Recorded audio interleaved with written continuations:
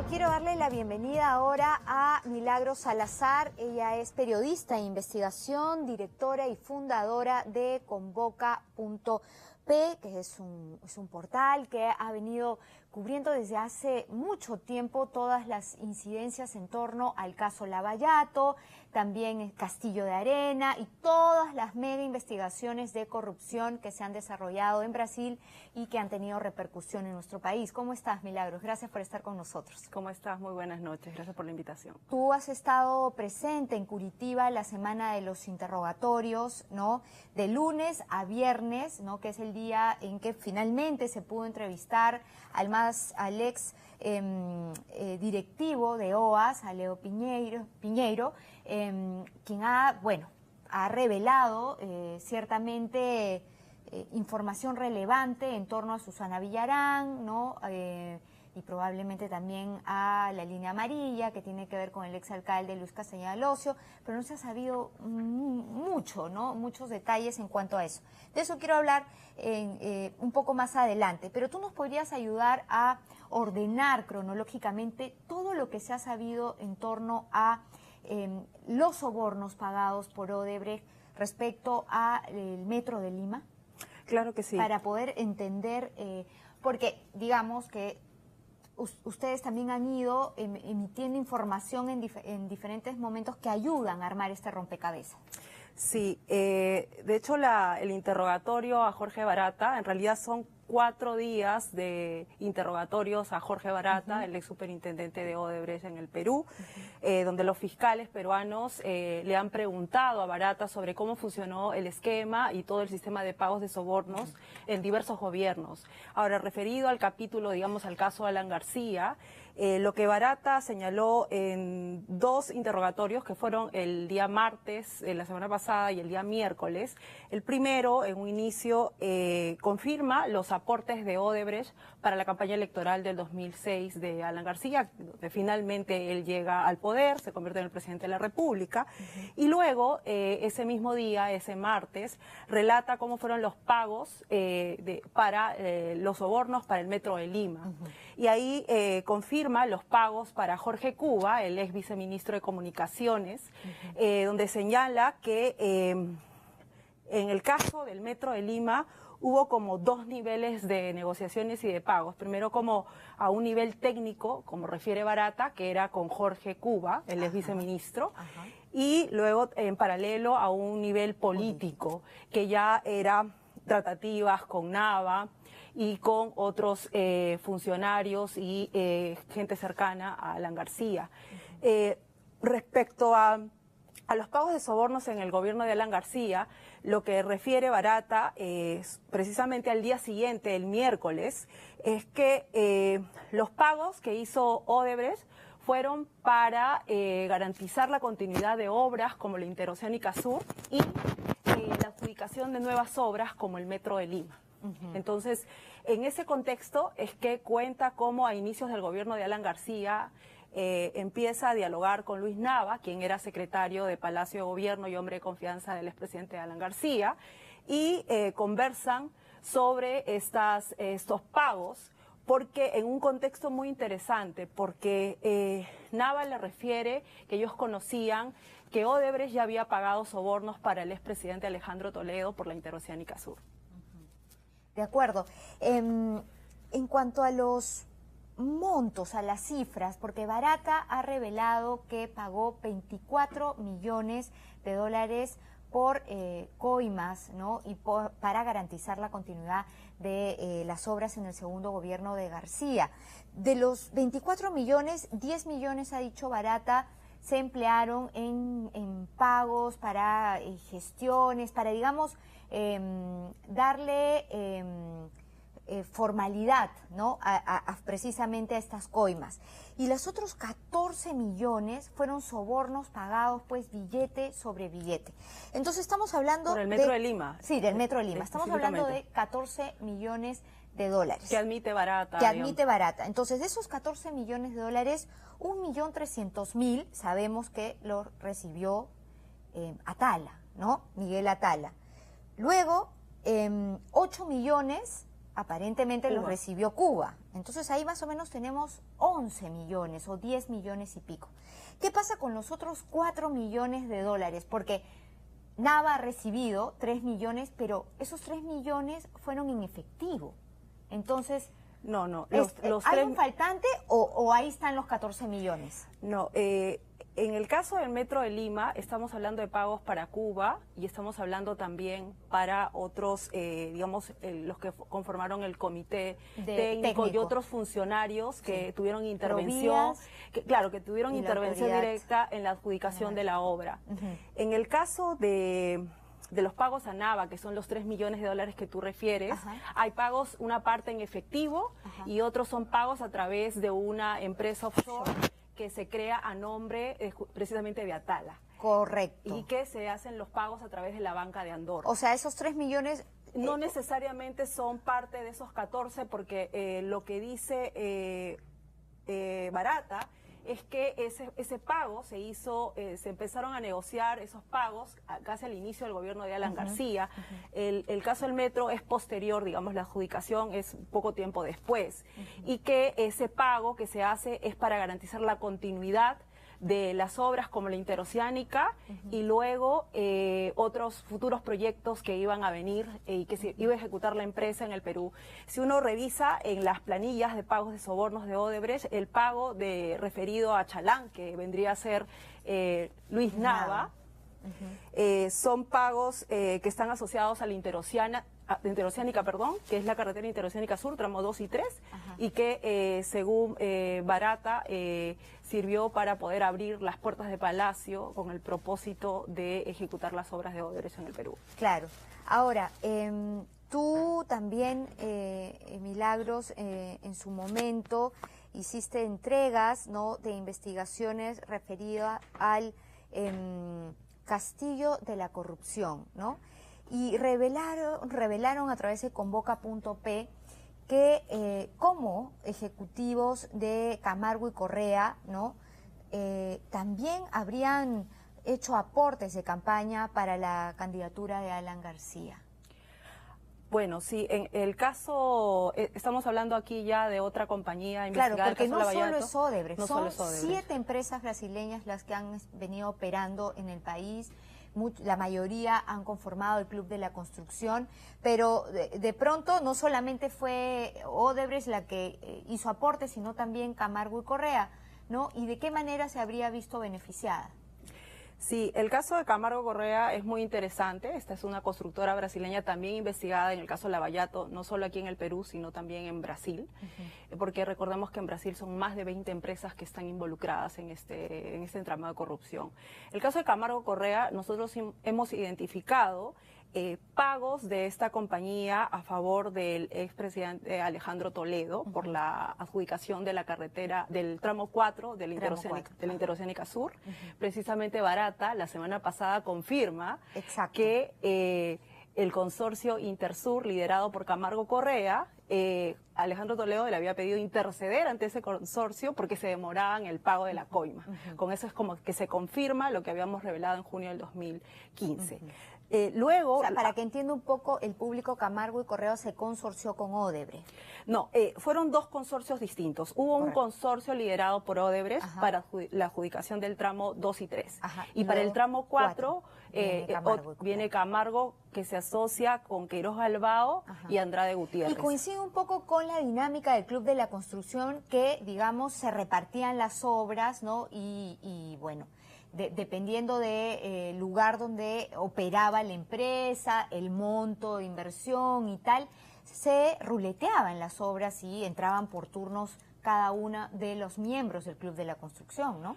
Bueno, en el caso del Club de la Construcción es una repartición de obras en donde se señala que ha habido pagos para los funcionarios para la adjudicación de obras convocadas por Provías. Y en el caso de la Interoceánica Sur, de lo que refiere Barata y de la documentación que nosotros hemos podido ver, tanto empresas de ambos consorcios pagaron estos sobornos para Alejandro Toledo. Habría que ver para qué otras obras también pagaron estas mismas empresas que ahora están bajo la mira, ¿no? En el caso de Camargo Correa. Y en relación a tu pregunta sobre el aporte de campaña de Camargo Sí. Correa para Alan García, Sí, ajá. lo que nosotros publicamos fue una serie de correos entre los directivos de Camargo Correa, entre el representante de Camargo Correa en el Perú en ese entonces, que era Marcos de Moura Vanderlei, y un alto directivo de Brasil.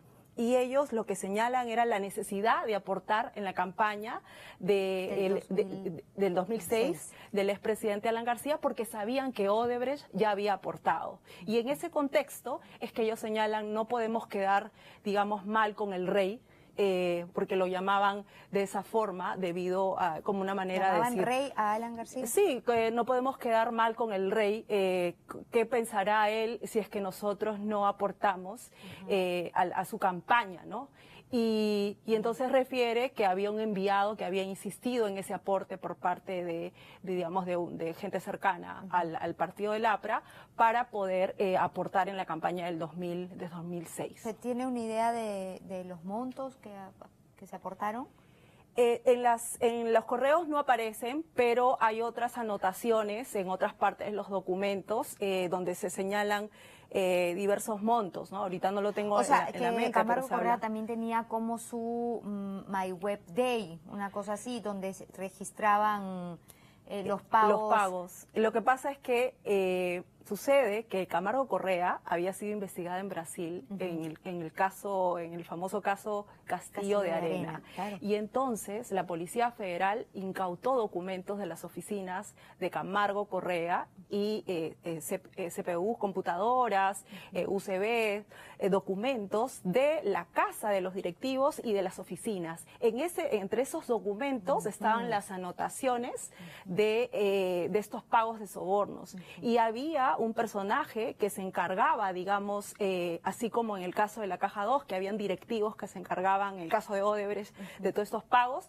Camargo también tenía su líder, digamos, encargado de estos pagos. Y es ahí donde aparecen las anotaciones en relación a la carretera interoceánica, pero también en relación a otras obras en América Latina. Entonces estamos hablando también de una serie de pagos de sobornos, no solo en el Perú, sino en otros países. Claro, y volviendo a, digamos, al caso que le compete al fiscal José Domingo Pérez, ¿no? Y que tiene que ver con esta presunta organización criminal liderada por Alan García y cuya, digamos, objeto, razón de ser era entregar criminalmente una obra a Odebrecht. Esa es la teoría fiscal, ¿no?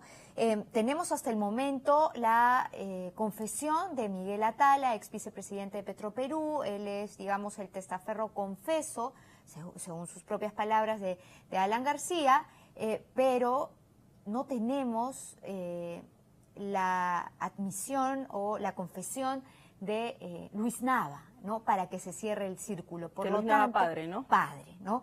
Por lo tanto, el desafío está pues ahora en la Fiscalía de poder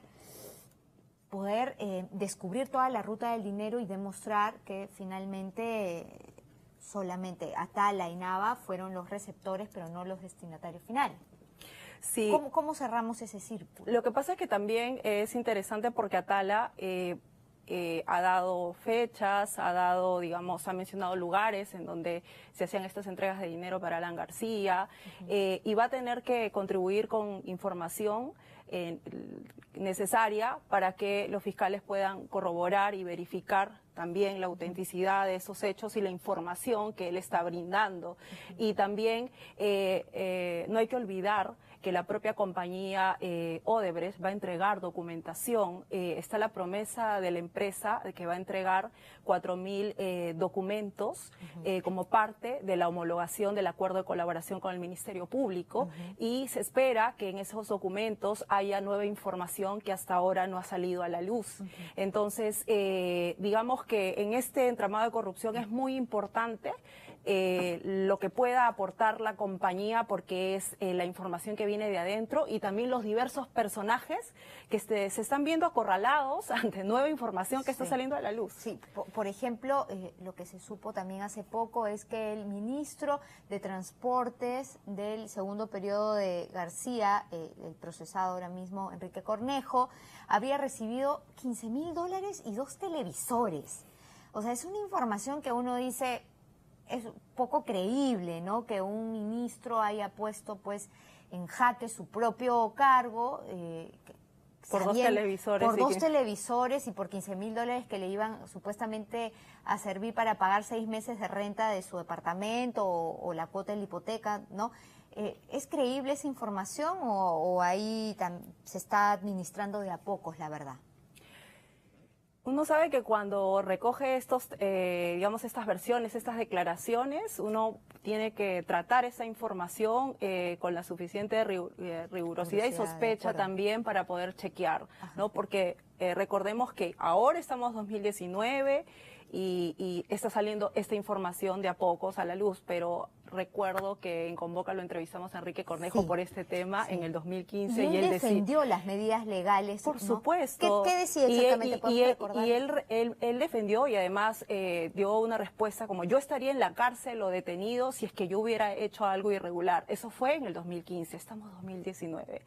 ¿Cuántas cosas han pasado? ¿Cuánta agua bajo el puente? Entonces, estos casos que son de gran complejidad implican chequear la información, implica cruzar la información, seguir la ruta del dinero y, como bien dices, es poco creíble que ese monto, ¿no? Que se haya podido entregar. Asumir también que la palabra de Barata no necesariamente es el derrotero, ¿no? Porque muchos políticos ahora, en desgracia, dicen: yo no he sido mencionado por Jorge Barata, entonces estoy pues limpio de polvo y paja, ¿no? Y no es así. No es así por varias necesariamente razones. tendría que conocer pues toda la ramificación o el entramado, ¿no? De rey a paje de los que recibieron plata. Ahora, claro, era el ministro, no era poca cosa. O sea, ¿cómo Cuba pudo haber recibido 8 millones y Cornejo $15,000? ¿Cómo explicamos eso? Sí, y respecto a lo que dices de Barata, sí, es un testigo estelar, digamos, de Odebrecht, pero sin embargo hay que entender la dinámica de los interrogatorios. En los interrogatorios, los fiscales les preguntan por cada carpeta fiscal y cada carpeta fiscal tiene determinados involucrados y una hipótesis fiscal. Entonces, si es que en la lista de preguntas no hay, digamos, preguntas diferentes, ellos no tendrían por qué, exacto, no tendrían por qué responder. A veces, cuando respecto a lo que tú dices, no me han mencionado. Claro, no te van a mencionar si es que no han hecho una pregunta en relación a algún hecho que pueda involucrarte, pero han tenido que preguntar por Cornejo, o sea, para que... Por Cornejo sí, claro, pero en relación a que en general, ¿no? Cuando dices Barata no me ha mencionado, bueno, habría que ver de qué interrogatorio estamos hablando, de qué carpeta fiscal, ¿no? Entonces, también no es que, y de hecho también estamos en curso en las investigaciones, no es una investigación acabada, terminada, como bien sabemos. Ajá. Y bueno, y como comentábamos, Milagros, luego de 3 intentos fallidos, el día viernes, los fiscales pudieron entrevistar a Leo Piñeiro, ¿no? Expresidente de OAS. Cuéntanos, por favor, a qué información has podido acceder tú, porque se ha conocido muy poco acerca de este interrogatorio. Bueno, este interrogatorio, como tú sabes, estaba programado para el lunes 22 de abril, luego se postergó para el martes, para el día siguiente, luego para el miércoles, y al final se dijo que era como muy incierto el interrogatorio debido a que no se había homologado la colaboración de Leo Piñeiro en Brasil, porque hay todo un procedimiento. Y luego el viernes, cuando ya estaban en la última sesión del interrogatorio a Barata, en la sede de la Procuraduría de Paraná, recibimos la información de que iba a ser interrogado y empezó el interrogatorio como a las 6:30 de Brasil, terminó casi a la medianoche, fueron casi 5 horas de interrogatorio. Le preguntamos al fiscal Germán Juárez y al fiscal Puma, ellos dos estuvieron a cargo del interrogatorio a Piñeiro y no dieron la información respecto a qué, digamos, de lo que podría haber señalado o confirmado. Un poco eso, ¿no? Porque es verdad que los más importantes titulares pues llegaron casi en paralelo al interrogatorio y Y eso es sano, pues, en una democracia, en un país donde hay libertad de expresión y no está mal, como periodistas creo. Pero la otra parte también hubiésemos querido conocerla completa, ¿no? De hecho, los periodistas estamos detrás de la información, de hecho que vamos a buscarla y porque es tan importante lo que hizo Odebrecht como lo que hizo OAS, como lo que hizo Camargo Correa, que son empresas sobre las cuales recae toda esta información de pagos de ilícitos y financiamiento de campaña electoral. Entonces creo que como periodistas vamos a seguir detrás de esa información porque es sumamente relevante, ¿no? En un caso, por ejemplo, simbólico como el del aporte a la campaña de la no revocatoria de la exalcaldesa Villarán, también se habla digamos, de aportes en relación al, como tú mismo has señalado, al exalcalde de Lima, Castañeda Locio, entre otros temas que merecen ser investigados y que salgan a la luz, ¿no? Claro, con respecto a la situación de Susana Villarán, se complicó desde el momento en que Barata la mencionó y dijo que había conversado personalmente con ella, que ella se había mostrado agradecida vía la línea telefónica por haber recibido estos 3 millones de dólares que sirvieron para echar a andar una campaña muy cara, ¿no? Que contó con el apoyo de personajes personajes estelares del espectáculo, ¿no? De políticos, ¿no? Del país y que le costó, pues casi le pudo costar incluso el cargo, pero finalmente logró que ella se quedara en el poder. Entonces esto lo que configura es un delito de cohecho, ¿no? Por parte de esta señora que estaba en funciones y que habría recibido pues dinero de la Caja 2. Bueno, el caso de Susana Villarán es bastante complejo, bastante complicado. Cada vez más, conforme se han recogido las declaraciones de los directivos de Odebrecht, su situación se ha complicado más. Y con lo que ha dicho Barata la semana pasada, aún más, porque ha confirmado el pago de los 3 millones para la campaña de la no revocatoria, como tú mismo señalas. Ha confirmado, además, que ella lo llamó para agradecerle por el aporte y que el dinero que fue entregado, $1 millón en efectivo para su gerente municipal, el señor Castro. Cocodidome Budián. Que esas planillas lo publicamos en algún momento justamente en Convoca.p y confirmó que era Budián y que ese $1 millón en efectivo era para la campaña. Entonces ahí no hay ninguna duda, digamos, de que Barata sabía que había un consentimiento por parte de la exalcaldesa Villarán, nuevamente según la versión del propio Barata. Ajá. Te voy a pedir, Milagros, un minutito porque tengo que mandar a la pausa. Ella es directora y fundadora de Convoca.p. ¿Qué podría venirse en los próximos días, Milagros, respecto a estas investigaciones? ¿Crees que es necesario que los fiscales a cargo del equipo Lavallato tengan que volver a Brasil y hacer estas repreguntas o ampliar el interrogatorio, ¿no? Porque hay cosas que han quedado como que en el aire, ¿no? Sí, ¿Crees que pueda pasar eso? Lo que han informado los fiscales es que efectivamente van a hacer otras diligencias, probablemente a otros ejecutivos, ex ejecutivos de Odebrecht, porque en algunos casos, cuando se le ha hecho preguntas a Barata sobre ciertos temas, él ha señalado que cuando conocía detallaba toda la información, pero en otros casos señalaba que tal o cual ejecutivo conocía más sobre el tema. Entonces, lo más probable es que se coordinen otras diligencias para que los fiscales peruanos puedan recabar toda la información necesaria y en simultáneo poder hacer las coordinaciones que se necesiten para obtener la documentación que corrobore lo dicho por Barata. Claro, quedaron unas dudas en torno a la información que se ha brindado respecto al Club de la Construcción, porque Barata dijo, no puedo dar mayor información porque yo dejé de ser superintendente de Odebrecht en el Perú en el 2012, ¿no? Fue sucedido por Boleira, Ricardo Boleira y Bortolotti también fue un personaje clave, ¿no? Altos directivos de Odebrecht. Barata pasó a ser presidente de Latin Invest, ¿no? Que era como que Odebrecht a nivel pues regional, ¿no? Le dieron un puesto mucho más importante, pero en las declaraciones anteriores de Bortoletti y Boleira tampoco se dio mucha información del Club de la Construcción, entonces tendrían que los fiscales en verdad ir con un interés bastante marcado de arrancarles información, porque ellos dijeron en principio que no habían sido parte del Club de la Construcción, porque no era necesario, porque ellos tenían otras maneras, ya sabemos, de adjudicarse, hacerse de las obras, ¿no? Y que sí habían visto como de lejos cómo operaban las empresas.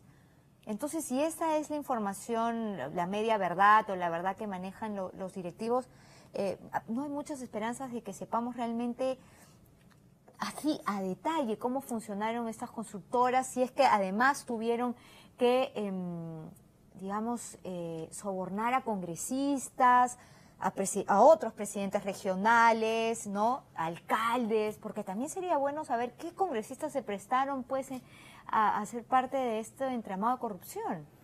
Sí, sobre el Club de la Construcción, lo último que ha señalado Barata es que sabía de la existencia del club. Y es verdad lo que tú dices, que él señala que estuvo un buen periodo, no estuvo, digamos, al frente para ver ese tema, pero que había otro directivo que veía este asunto. Ahora, Raimundo Trindade Serra, que era como el relacionista público de Odebrecht, conocía sobre estas reuniones, y otros directivos también participaban en estas reuniones del Club de la Construcción.